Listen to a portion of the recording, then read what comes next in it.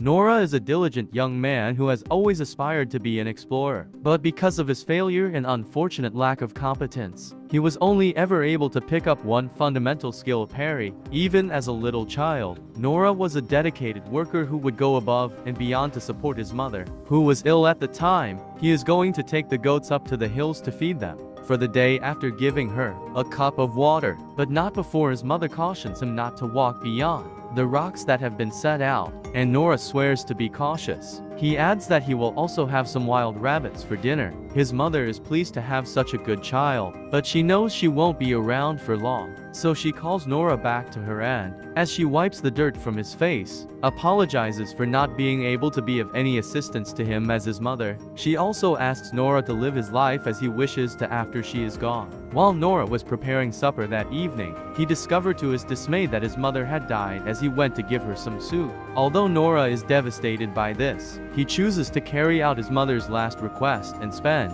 his life in her honor after burying her. Although Nora strives to maintain his daily routine, he doesn't really have any lofty goals. Despite feeling much more alone at home, Nora is looking at the top of his bookcase late at night when he stumbles and picks up an old book. This is the same book about an explorer and his numerous amazing travels that his father used to read to him while he was still living, studying magic, killing dragons, and even breaking a curse. Nora throws a lot of hay for the animals to eat the following day while he is out, since recalling these stories gives him a fresh objective to accomplish. He then goes to his parents' graves to inform them that he has discovered a goal to work for. He will thus make every effort to become one before starting his journey, and for the first time, stepping beyond the barrier around his boyhood home, he bids farewell to his parents' graves and his childhood house. He leaves his house, spends the night in the woods, and eventually arrives at the major metropolis the next day. The guards are kind enough to send him to the Adventurers Guild.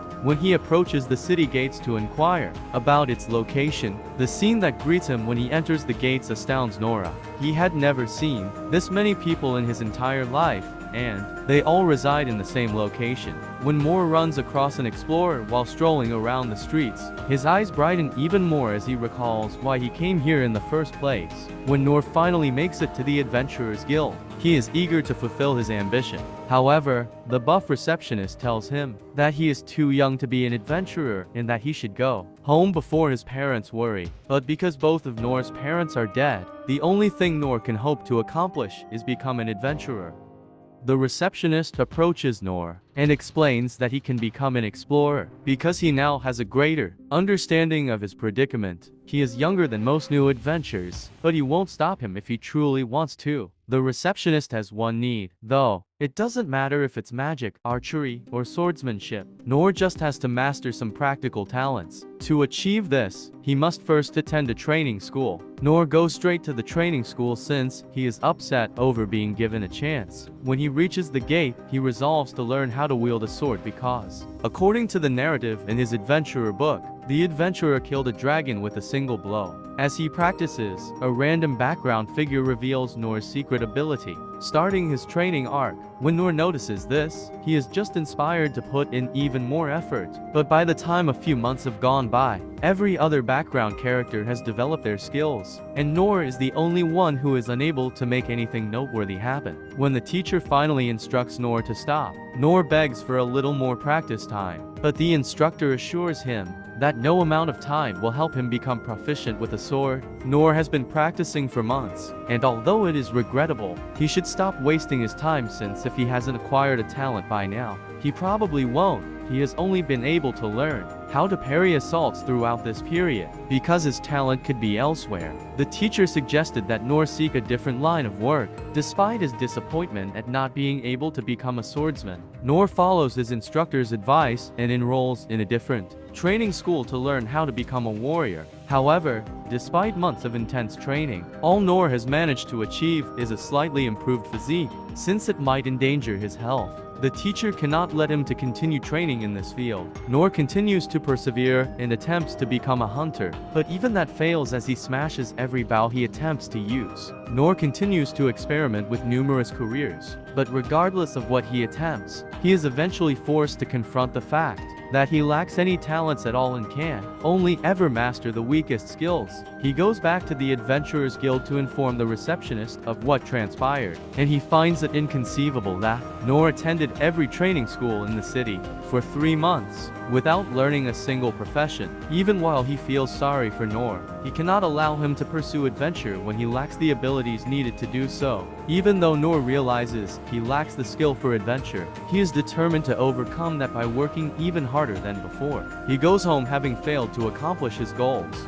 In order to practice his new skills, he makes a practice sword out of wood, training regimen, and although he was unable to acquire any vocations, he did initially pick up a sword skill, which he will continue to practice in the hopes of ultimately learning another one. Even after a year of training, Noor has failed to learn a new talent despite his commitment to exercise morning, midday, and night. He is aware that he is at least somewhat better, though, because he can now parry 10 assaults at once. After 3 years, Noor's training has allowed him to become proficient in parrying more than 100 swords simultaneously. He keeps practicing day and night till his sword breaks in his hands. Since he hasn't learned any new skills yet, 10 more years of this training regimen have improved Noor's parry skills to the point where he can parry an entire forest with one arm and execute the Makiri parry. However, despite his divine parrying abilities, he has yet to learn any new talents. He now understands that training alone will not enable him to acquire a new ability. In order to find out if he satisfies the standards now,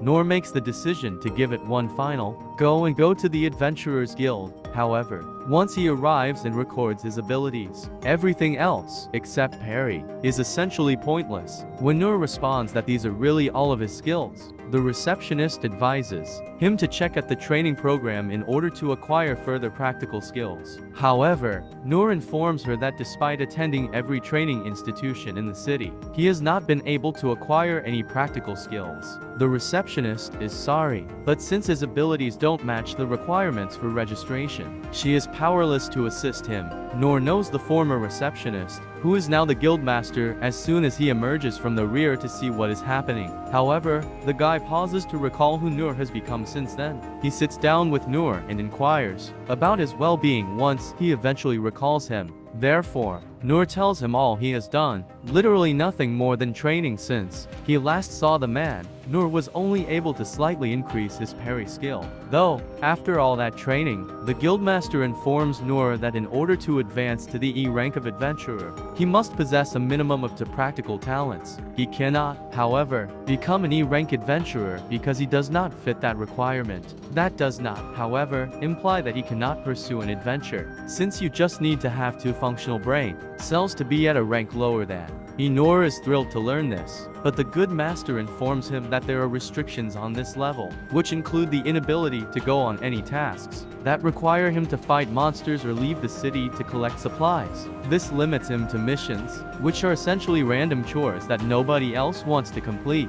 Noor begs the guildmaster to sign him up for F rank, but there's a first time for everything. No one has ever been stupid or desperate enough to accept to become F rank.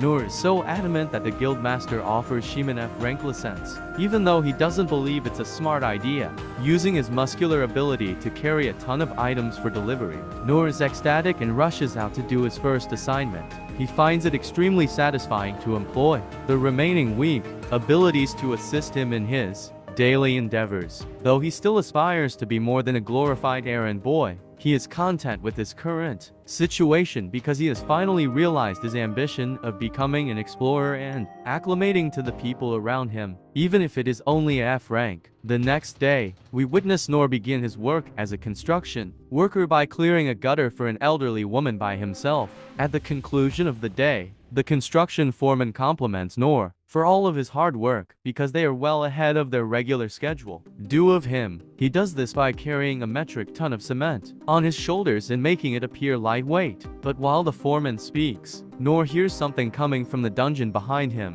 He listens carefully and hears a girl yelling for assistance. Unwilling to pretend he didn't hear her, he takes off running to help. Noor believes it to be a large cow, but when he enters the dungeon, he discovers a girl in her group being assaulted by a massive minotaur.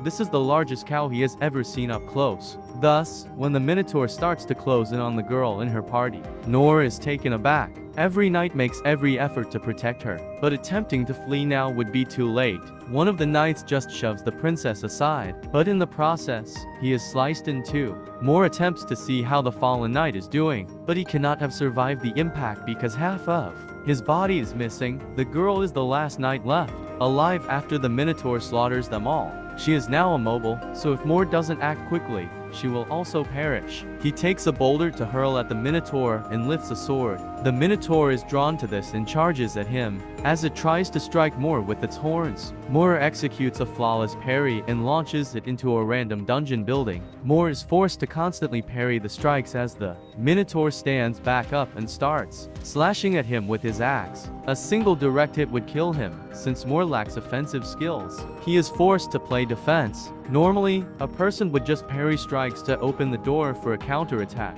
When the Minotaur realizes that the girl is still alive, it rushes to kill her, but Mor won't allow it to happen. He swiftly moves in front of her and counterattacks by using his feather step ability, even though his sword breaks as a result. Mor is unfazed since he has decided that he would always stand up for the vulnerable, even if he is not able to be a great hero. When the Minotaur tries to attack once again, Mor executes a Makiri counter with the shattered sword, sending the Minotaur's axe hurtling back at it and severing its head. Mor is happy that he won the battle and saved the girl, but when she stands up to thank him, he refuses to take credit for it and walks away without even introducing himself.